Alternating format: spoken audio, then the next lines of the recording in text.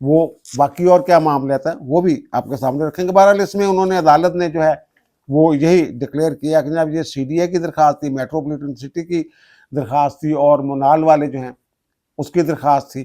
تو وہ جناب انہوں نے یہ کہا ہے کہ جناب یہ جو ٹرائل کورٹس میں جو معاملات چل رہے ہیں نا ان کی ملکیت کے حوالے سے یا لیز کے حوالے سے جو بھی ہیں، تو وہ جناب اب وہ نیچے والی عدالتیں جو ٹرائل کورٹس ہیں وہ ان کا فیصلہ کریں گے۔ باقی سماعت کے دوران مسٹر جسٹس حسن رضوی نے یہ رماس دی ہے کہ جناب جو سپریم کورٹ نے ججمنٹ دی تھی یہ گرانے شرانے والی، تو اس میں کئی ایک قانونی نکات جو ہیں ان کو مد نظر نہیں رکھا گیا، اور نظر ثانی بھی جناب جب فائل کی گئی تو اس پہ بھی وہ غصہ کر گئے۔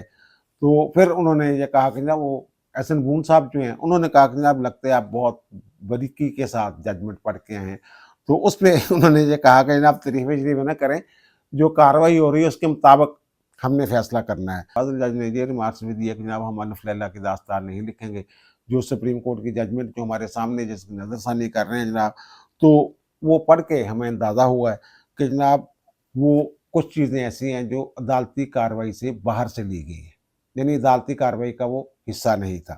یہ جناب فیصلہ ہے، شارٹ ججمنٹ آپ کہہ سکتے ہیں اس کو، تفصیلی فیصلہ آئے گا تو یہ پتہ چلے گا کہ جناب کیا کیا معاملہ ہے۔ اب یہ دیکھیں جو میں نے کہا نا کہ ایس این بھون کے اوپر جناب یہ انہوں نے اس کو ٹارگٹ کر لیا ہے کچھ لوگوں نے کہ جناب ایس این بھون کا چہرہ دیکھ کے یہ فیصلہ کیا گیا۔ اور بھائی میرے جو میں نے عرض کیا 12 جولائی کے ججمنٹ جو اس میں رہنما اصول فراہم کیے گئے تھے عامر فاروق اور سید ارشد حسین شاہ صاحب کی جو ججمنٹ ہے وہ سی پی ایل اے تھی 815 کے 2016۔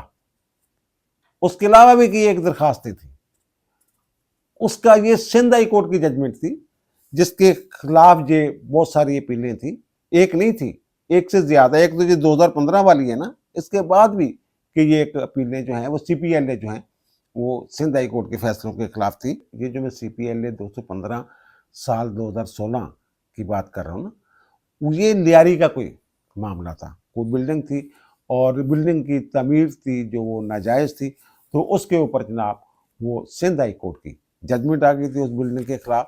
تو یہ لوگ جو ہیں یہ پھر انہوں نے رجوع کیا ہوا تھا سپریم کورٹ سے، تو یہ سپریم کورٹ میں پینڈنگ پڑ رہا معاملہ جناب۔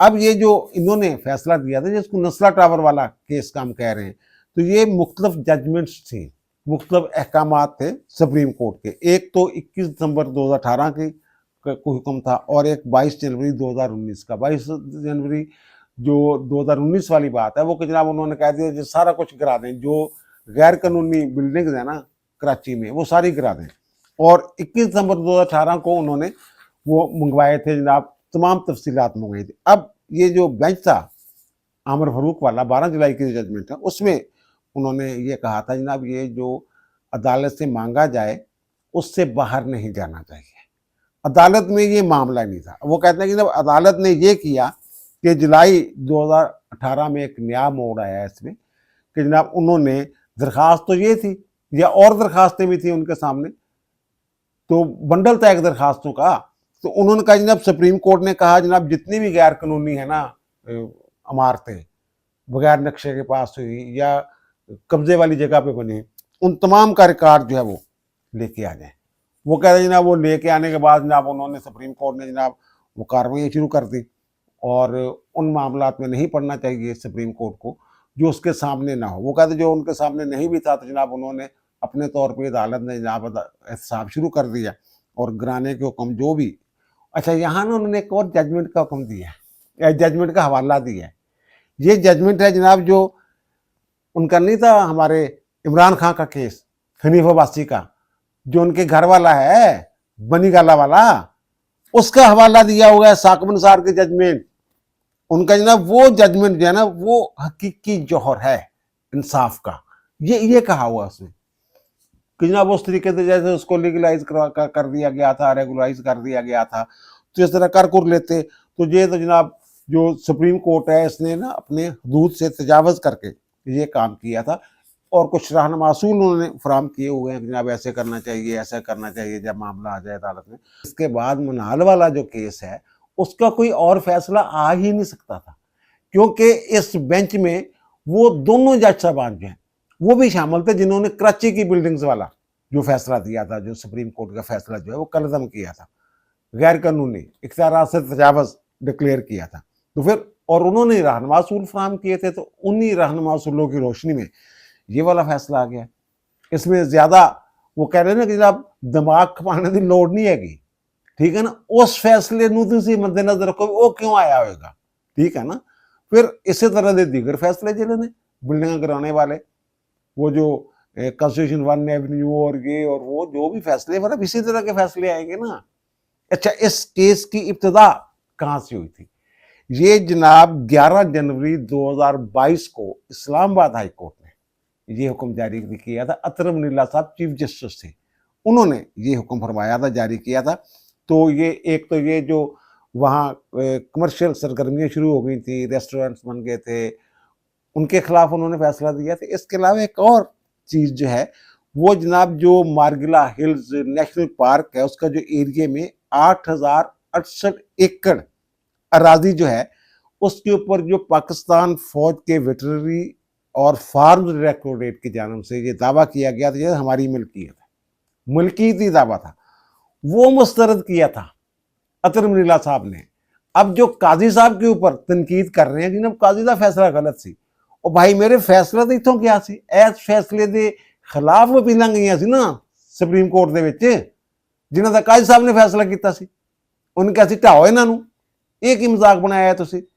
اور یہ لائیو جو ہے نا اپنا وائلڈ لائف، ان کا یہ معاملہ ہے. جنگل کی زمین جو ہے یا وائلڈ لائف کی زمین ہے، جو نیشنل پارک ہے، وہ کسی کو لیز پہ بھی نہیں دی جا سکتی. یہ طے شدہ اصول ہے. اور یہ اطہر منی اللہ صاحب نے یہی فیصلہ دیا تھا. اور انہوں نے کہا جناب یہ جو اسی طرح انہوں نے یہ کہا تھا جناب واقعی دارالحکومت سیکٹر E8 میں پاکستان نیوی کے زیر انتظام چلنے والے گاف کورس کی تعمیر کو بھی غیر قانونی قرار دیا تھا. ان کا یہ بھی یار یہ کتوں یہ نہیں گل بن دی. اور پھر اس کا انہوں نے جولائی 2022 میں تفصیلی فیصلہ بھی جاری کیا تھا، 105 صفحات پر مشتمل وہ فیصلہ تھا. اور انہوں نے کہا جب جو مارگلا ہلز نیشنل پارک ہے نا، تو اس کی تباہی کے ذمہ داروں کے خلاف کارروائی کریں متعلقہ ادارے جو ہیں.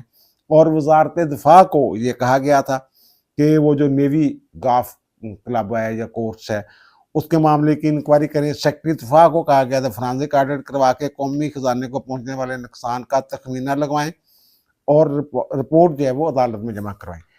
اس کے خلاف یہ گئے تھے. اس میں منال بھی تھا، منال ریسٹورنٹ والا جو ہے تو اس کو بھی سیل کرنے کا حکم دے دیا تھا اطہر منی اللہ صاحب نے. اس کے خلاف یہ لوگ گئے تھے.